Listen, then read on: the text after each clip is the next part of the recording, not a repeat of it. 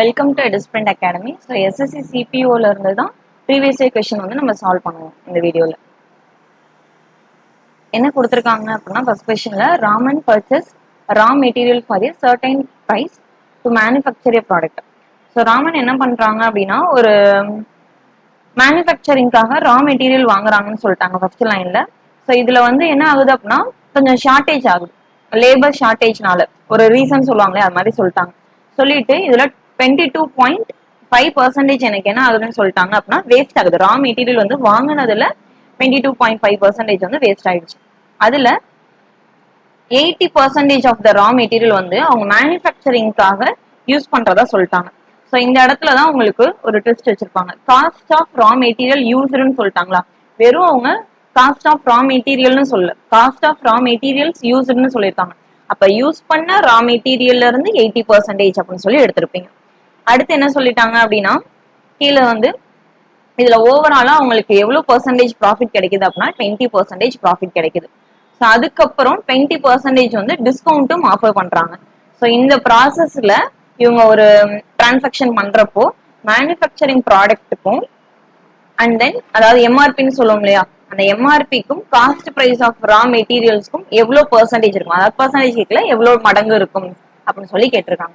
So என்ன பண்ணிருப்பீங்க, நான் இந்த 22.5% இருக்குல்ல, ஸோ இதை வந்து ஃபிராக்ஷனல் எடுத்துக்கிறேன். அதாவது 225 டிவைட் பை 1000 அப்படின்னு சொல்லி எடுக்கலாமா. ஸோ கேன்சல் பண்ணீங்கன்னா 9/40 வரும். ஸோ நான் அப்ராக்சிமேட்ல இந்த லெட் கண்டிஷன்ல டோட்டலா ரா மெட்டீரியல் வந்து எவ்வளவு எடுக்க போறேன் அப்படின்னா 400 அப்படின்னு சொல்லி எடுக்க போறேன். ஸோ ரா மெட்டீரியல் டோட்டலா 400 இருக்கு. ஸோ அதுல என்ன பண்றாங்க அப்படின்னா 90 9/40 தானே, அதாவது 400ல 90 அப்படின்னு சொல்லி எடுத்துக்கிறேன். இந்த 400ல 90 என்ன ஆகுது அப்படின்னா எனக்கு வேஸ்டா போயிடுது. ஸோ 90 வேஸ்ட் ஆயிடுச்சு அப்படின்னா ரிமைனிங் எவ்வளவு யூஸ் பண்ணிருப்பாங்க, 310 மட்டும் தான் அவங்க யூஸ் பண்ணதா இருக்கும். ஓகேவா. ஸோ அடுத்து என்ன சொல்லிட்டாங்க அப்படின்னா 80% of the cost of raw material. So இதுல 80% அப்படின்னு சொல்லி சொல்லிட்டாங்க யூஸ் பண்ணதுல. அப்போ 310ல 80% எவ்வளவு அப்படின்னு சொல்லி கண்டுபிடிப்போம். ஸோ 80% தான் என்னவா இருக்கும், காஸ்ட் ஆஃப் மேனுஃபேக்சரிங் அப்படின்னு சொல்லி சொல்லியிருக்காங்க. இதுதான் காஸ்ட் ஆஃப் மேனுஃபேக்சரிங். ஸோ இங்க என்ன பண்ணிருக்கலாம், ஸோ கேன்சல் பண்ணீங்க அப்படின்னா 4/5 வந்திருக்கும். அகைன் இதை கேன்சல் பண்ணோம் அப்படின்னா 6 வருமா, 62 டைம்ஸ் வரும். ஸோ டோட்டலா காஸ்ட் ஆஃப் மேனுஃபேக்சரிங் என்னவா இருக்கும், 248 இருக்கும். ஓகேவா. ஸோ காஸ்ட் ஆஃப் மேனுஃபேக்சரிங் தெரிஞ்சிருச்சு 248 அப்படின்னு சொல்லிட்டு. சரி, இது வரைக்கும் கொஸ்டின் அப்படியே வச்சிருங்க. அடுத்து என்ன சொல்லிட்டாங்க அப்படின்னா இங்க வந்து ப்ராஃபிட் கொடுத்துருக்காங்களா, 20% ப்ராஃபிட் கிடைக்குது after offering discount of 20%. So discount 20% கொடுத்தது போக உங்களுக்கு ப்ராஃபிட்டும் ஒரு 20% கிடைக்குது. அப்ப மார்க்கெட் பிரைஸ்க்கும் காஸ்ட் பிரைஸ்க்குமான ரேஷியோ நான் டைரக்டா எடுத்துட முடியுமா. அதாவது மார்க்கெட் பிரைஸ் எப்படி எடுப்பீங்க அப்படின்னா 100 plus profit percentage, cost price எப்படி எடுப்பீங்கன்னா 100 minus discount percentage. So profit என்னவா இருக்கு 20. ஸோ 100 பிளஸ் 20னா 120%. தென் காஸ்ட் பிரைஸ் என்னவா இருக்கு 20, சாரி டிஸ்கவுண்ட் என்னவா இருக்கு 20 தானே. அப்ப 100 மைனஸ் டிஸ்கவுண்ட் 80% வரும். நான் ரேஷியோல எடுத்ததுனால கேன்சல் பண்ணேன் அப்படின்னா 3:2ங்கிற ரேஷியோல இருக்கும். ஸோ நம்மளோட காஸ்ட் பிரைஸ் எப்படி இருக்கும்னா நான் எவ்வளவு ரா மெட்டீரியல் வாங்குறேன் அண்ட் தென் மேனுஃபேக்சரிங்க்கு எவ்வளவு செலவு பண்றேன், இது ரெண்டையும் சேர்த்தது தான் அந்த பொருளுடைய காஸ்ட் பிரைஸா இருக்கும். ஸோ என்னுடைய ரா மெட்டீரியல் எவ்வளவா இருக்கு 400. ரா மெட்டீரியலுக்கு நான் செலவு பண்ணது ஒரு 400, மேனுஃபேக்சரிங்காக செலவு பண்ணது ஒரு 248. ஸோ ரெண்டையும் ஆட் பண்ணேன் அப்படின்னா என்ன வேல்யூ வந்திருக்கும், 400 பிளஸ் ஒரு 248. ஸோ ரெண்டையும் ஆட் பண்ணீங்க அப்படின்னா 648 வருமா. இதுதான் காஸ்ட் பிரைஸ். அப்போ மேனுஃபேக்சரிங் பிரைஸ் கண்டுபிடிச்சலாமா, அதாவது காஸ்ட் பிரைஸ்ங்கிறது என்ன ரேஷியோல இருக்கு, 2 யூனிட்ல இருக்கு. அப்ப இந்த 2ங்கிறது தான் 648. அப்ப 3ங்கிறது என்னவா இருக்கும் அப்படின்னு சொல்லி கண்டுபிடிச்சலாமா. ஸோ 3ங்கிறது என்னவா இருக்கும் 972 இருக்கும். ஓகேவா. ஸோ 3ங்கிறது 972 அப்படின்னு சொல்லி எடுத்துருவீங்க. இது வரைக்கும் ஓகேவா. ஸோ நம்ம மார்க்கெட் பிரைஸ் கண்டுபிடிச்சிட்டோம். ஸோ இப்போ என்ன கேட்டிருக்காங்கன்னா how many times of total cost of raw material. So raw மெட்டீரியலோட காஸ்ட் வந்து வாங்கியிருக்குது. ஸோ இங்க லைன் ஃபுல்லா படிங்க. Cost of raw material purchase. So purchase பண்ண ரா மெட்டீரியல் வந்து எவ்வளவு பெர்சன்டேஜ் இருக்கும் மார்க்கெட் பிரைஸ்ல இருந்து அப்படின்னு சொல்லி கேட்டிருக்காங்க. ஓகேவா.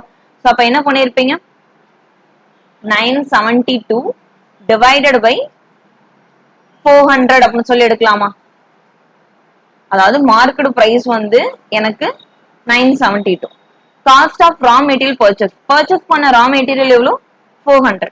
ஸோ நான் கேன்சல் பண்ணேன் அப்படின்னா எனக்கு என்ன வேல்யூ வந்திருக்கும்? இது ரெண்டையும் கேன்சல் பண்றீங்க அப்படின்னா 4 டேபிள கேன்சல் பண்றப்போ 100 டைம்ஸ், இங்க 4 டேபிள கேன்சல் பண்ணா 2 டைம்ஸ், ரிமைண்டர் 1 இருக்கும். 4 times 16, remainder 1 3. So 243 divide by 100 வருமா?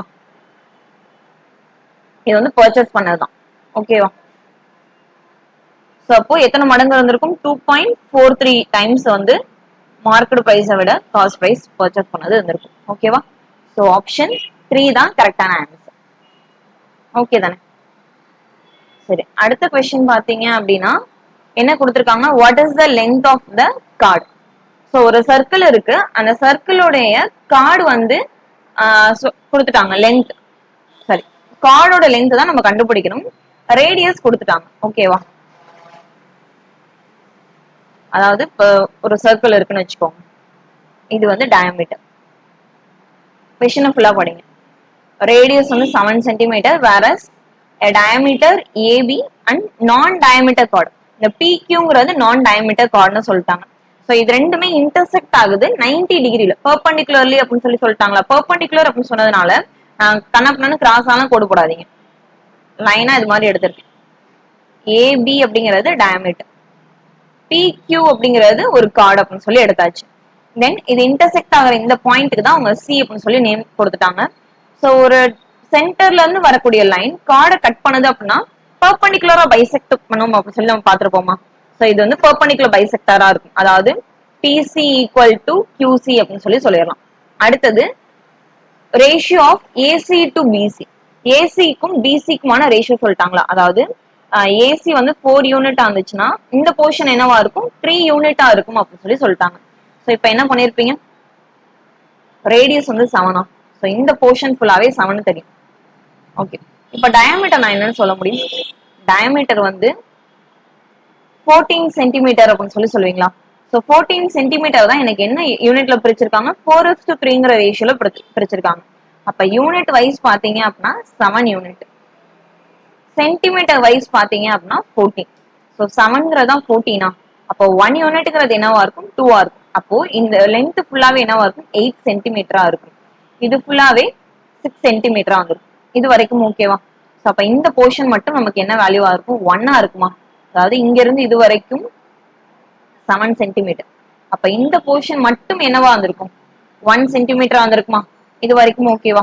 ஸோ இப்ப என்ன கேட்டிருக்காங்க அப்படின்னா லென்த் ஆஃப் த கார்டு, இந்த பிக்யூ என்னவா இருக்கும் அப்படின்னு சொல்லி கேட்டிருக்காங்க. ஸோ 90 டிகிரி இருக்கு அப்படின்னால நம்ம பித்தகரஸ் தியரம் யூஸ் பண்ணிருக்கலாமா. ஸோ பித்தகரஸ் தியரம் நீங்க யூஸ் பண்ணீங்க அப்படின்னா என்ன வேல்யூ வந்திருக்கும்? இந்த போர்ஷன் கண்டுபிடிச்சாச்சு. அப்போ இதுதான் என்னோட ஹைபோட்டனஸா இருக்கும். இந்த ஓசி இருக்கு இல்லையா, சென்டர் வந்து சீன் எடுத்துக்கோங்க. சிக்யூ தான் உங்களோட ஹைபோட்டனஸ். சரி, சென்டர் ஓன்னு எடுத்துப்போமா, ஏன்னா இந்த இடம் சீன் சொல்லிட்டாங்க. ஓக்யூ வந்து ஹைபோட்டனஸ் எடுத்துக்கோங்க. அப்போ OQ square equal to OC square plus சிக்யூ square அப்படின்னு சொல்லி எடுத்துக்கலாமா. ஓக்யூங்கிறது 7, 7 ஸ்கொயர் பண்ணா 49 ஈக்குவல்ஸ் டு ஓசிங்கிறது 1, சிக்யூ நமக்கு தெரியாது, ஸோ அப்படியே வச்சிருக்கோம். ஸோ இங்க சால்வ் பண்ணீங்க அப்படின்னா என்ன வேல்யூ வந்திருக்கும்? 48 ஈக்குவல் டு சிக்யூன்னு வந்திருக்கும். ஸோ 48 நான் எப்படி பிரிக்கலாம்? 16 into 3 நான் பிரிக்க முடியுமா? அப்ப சிக்யூவோட வேல்யூ என்னவா இருக்கும்? 16 into 3 வந்திருக்கும். இப்போ சிக்யூ ஈக்குவல் டு ரூட்ல இருந்து வெளில எடுத்தீங்க அப்படின்னா 16 into 3 4√3 வருமா? ஸோ அப்ப இந்த போர்ஷன் மட்டும் எனக்கு என்னவா இருக்கும்னா 4√3 இருக்கும். ஸோ நமக்கு என்ன கேட்டிருக்காங்க? இந்த கார்டோட ஃபுல் லென்த் என்னன்னு கேட்டிருக்காங்க. ஸோ இந்த போர்ஷன் 4√3னா கீழே இருக்க இந்த போர்ஷனும் எனக்கு என்னவா தான் இருக்கும்? 4√3 தான் இருக்கும். அப்ப டோட்டலா 8√3 இருக்குமா? ஆப்ஷன் 2 தான் கரெக்டான ஆன்சர், 8√3. ஓகே தானே? சரி, அடுத்த கொஸ்டின் பார்க்கலாமா? அடுத்த கொஸ்டின் என்ன சொல்லிருக்காங்க? இஃப் எக்ஸ் ஈக்குவல் டு 11 சொல்லிட்டு ஒரு லெங்கான பாலினாமியல் ஈக்குவேஷன் கொடுத்துட்டாங்க. ஸோ இதுல கொண்டு போயிட்டு நம்ம 11 அப்ளை பண்ணோம்னா எனக்கு எக்ஸ் பவர் 5 இருக்கு, நான் 11 பவர் 5 எல்லாம் கண்டுபிடிக்க முடியாது. ஓகேவா? ஸோ அதனால நான் என்ன பண்றேன்னா, சரி 11 பவர் 5 நான் கண்டுபிடிச்சிருவேன் அப்படின்னாலும் அந்த 11 பவர் 4ஓட 12 எல்லாம் மல்டிபிள் பண்ணி வச்சிருக்காங்க. ஸோ இது மாதிரி லென்த்தா போட்டீங்க அப்படின்னா ஆன்சர் வராது. ஸோ அதுக்கு என்ன பண்ணலாம் அப்படின்னா இந்த எக்ஸ் பவர் 5 அப்படியே இருக்கட்டும்.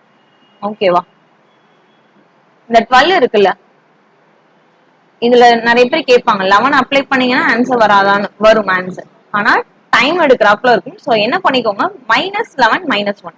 இந்த 12 எப்படி பிரிக்கலாம் அப்படின்னா -11 x⁴ மைனஸ் x⁴. இது ரெண்டையும் ஆட் பண்ணா -12 வந்துருமா? அதே மாதிரி இங்க 11x³ பிளஸ் ஒரு x³ இருக்கு. அடுத்தது -x² -x², அதாவது -11x² -x². அடுத்தது இந்த 12 வந்து 11 பிளஸ் 1 எடுத்துக்கிறேன். 11x plus x -1. இப்போ வேல்யூஸ் அப்ளை பண்ணுங்களேன். எக்ஸ்க்கு பதிலா நான் இப்போ 11 வேல்யூ அப்ளை பண்றேன். அப்ப 11⁴ மைனஸ் இங்க ஒரு 11 இருக்கு, இங்க எக்ஸ்க்கு பதிலா 11 அப்ளை பண்ணேன்னா 11⁴ இங்க ஒரு 11, அப்ப 11⁴ வருமா? மைனஸ் இங்க 11⁴ பிளஸ் எக்ஸ் உடைய வேல்யூ 11, இப்ப 11³ இங்க ஒரு 11 இருக்கு, இங்க ஒரு 11⁴. அடுத்தது இங்க 11³ மைனஸ் எக்ஸ் உடைய வேல்யூ 11, 11² இங்க ஒரு 11 இருக்கா, அப்ப 11³. அடுத்தது 11² பிளஸ் இங்க அப்ளை பண்ணேன் அப்படின்னா 11² வந்திருக்கும் பிளஸ் 11 -1. இப்போ சால்வ் பண்ண ஈஸியா இருக்கும் பாருங்க. -11⁴ பிளஸ் 11⁴ கேன்சல், இந்த ரெண்டு டேர்ம் கேன்சல் ஆகும். தென் இது ரெண்டு கேன்சல் ஆகும். அடுத்து இது ரெண்டு கேன்சல் ஆகும். ஸோ என்ன மட்டும் எனக்கு ரிமைனிங் இருக்கும், 11 -1 மட்டும் இருக்குமா? ஸோ 11 -1 அப்படின்னு என்ன சொல்லலாம், 10ன்னு சொல்லியிருப்பீங்க. ஸோ ஆப்ஷன் 1 10 தான் ஆன்சர். ஓகேவா? ஓகே, அடுத்த கொஸ்டின் பாருங்க. A person bought 2 buffaloes.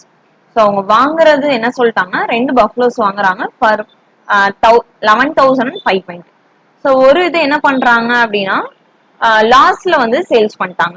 இன்னொன்னு பாத்தீங்க அப்படின்னா the other is sold at a gain of 19%. இன்னொரு இதுல அவங்களுக்கு வந்து கெயின் கிடைக்குது 19%. if the selling price of both buffalo is equal. So ரெண்டு பஃபலோவுடைய செல்லிங் பிரைஸ்மே ஈக்குவல் அப்படின்னு சொல்லி சொல்லிட்டாங்க. அப்போ find the cost price of the first one. அப்போ ஃபர்ஸ்ட் ஒன்னுடைய காஸ்ட் பிரைஸ் என்னவா இருக்கும் அப்படின்னு சொல்லி கேட்டிருக்காங்க. ஸோ இதை எப்படி சால்வ் பண்ணிருக்கலாம், ரெண்டோடைய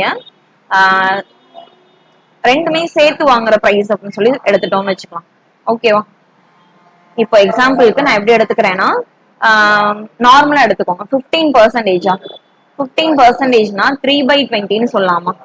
19% நான் எதுவுமே பண்ண முடியாது. ஸோ 19/100 நான் எடுத்துக்கிறேன். ஓகே தானே? So selling price sorry cost price and selling price அப்படின்னு சொல்லி காலம் எடுத்துப்போம்.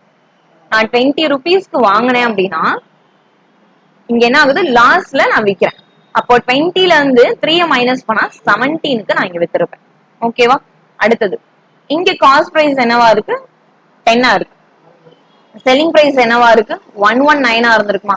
ஆக்சுவலா என்ன சொல்லிருக்காங்க அப்படின்னா செல்லிங் பிரைஸ் வந்து சேமா இருக்கும்னு சொல்லிட்டாங்க.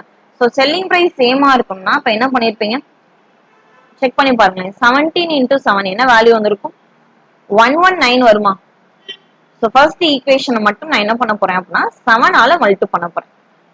ஸோ காஸ்ட் பிரைஸுக்கும் செல்லிங் பிரைஸுக்குமான ரேஷியோ அப்போ 140:119. ஸோ இதை நம்ம சேஞ்ச் பண்ண வேணாம், 1 அப்படியே இருக்கட்டும். அப்போ 100:119 வருமா? ஸோ இங்க செல்லிங் பிரைஸ் எனக்கு சேமா மாறிடுச்சு. இப்போ ஓகேவா? ஸோ இப்போ என்ன சொல்லிட்டாங்க அப்படின்னா ஃபர்ஸ்ட் ஒன்னோடைய காஸ்ட் பிரைஸ் என்னவா இருக்கும் அப்படின்னு சொல்லி கேட்டிருக்காங்க. சரி, நான் என்ன பண்ணலாம், இது ரெண்டையும் நான் ஆட் பண்ணேன் அப்படின்னா என்ன வேல்யூ வந்திருக்கும், 240. ஸோ 240 தான் நம்மளுடைய 11520 இருக்கும். ஓகேவா? நம்ம என்ன கண்டுபிடிக்கணும், எஸ்பி சாரி ஃபர்ஸ்ட் ஒன்னோடைய வேல்யூ என்னன்னு கண்டுபிடிக்கணும். அப்போ 140ங்கிறது என்னவா இருக்கும் அப்படின்னு சொல்லி கண்டுபிடிக்கணும். அப்படியே கிராஸ் மல்டி பண்ணிக்கலாமா? So 240 into x equal to 11520 into 140. So cancel பண்ணுங்க, ஒரு ஜீரோக்கு ஒரு ஜீரோ கேன்சல் ஆயிருமா? இங்க 7 டைம்ஸ் வந்துருக்கும், இங்க 12 டைம்ஸ். 12ஐயும் அதாவது 12ஐயும் 11520ஐயும் 3 டேபிள்ல கேன்சல் பண்ணலாமா? ஓகேவா? ஸோ 3 டேபிள்ல கேன்சல் பண்ணீங்க அப்படின்னா என்ன வேல்யூ வந்திருக்கும், இங்க 4 டைம்ஸ் வருமா? இங்க 3 டேபிள்ல கேன்சல் பண்ணேன் அப்படின்னா 9 10 11 2 வந்திருக்கும். 21 வந்து சாரி 24 வந்து 8 டைம்ஸ் வரும். ரிமைண்டர் 1 இருக்கும், 4 0. அகைன் நான் 4 டேபிள் கேன்சல் பண்ணிடுறேன். ஆக்சுவலாக நம்ம 12 டேபிள் கேன்சல் பண்ணியிருந்தா இன்னும் கொஞ்சம் சீக்கிரம் ஆன்சர் வந்திருக்கும். ஆனால் இப்படி வந்துட்டேன். ஓகே, சரி 9 டைம்ஸ் ரிமைண்டர் டு 6 டைம்ஸ் 0. அப்போ எக்ஸ் உடைய வேல்யூ என்னவா இருக்கும்? 960 இன்டூ 7 இருக்குமா? ஸோ ரெண்டையும் மல்டி பண்ணி பாருங்க.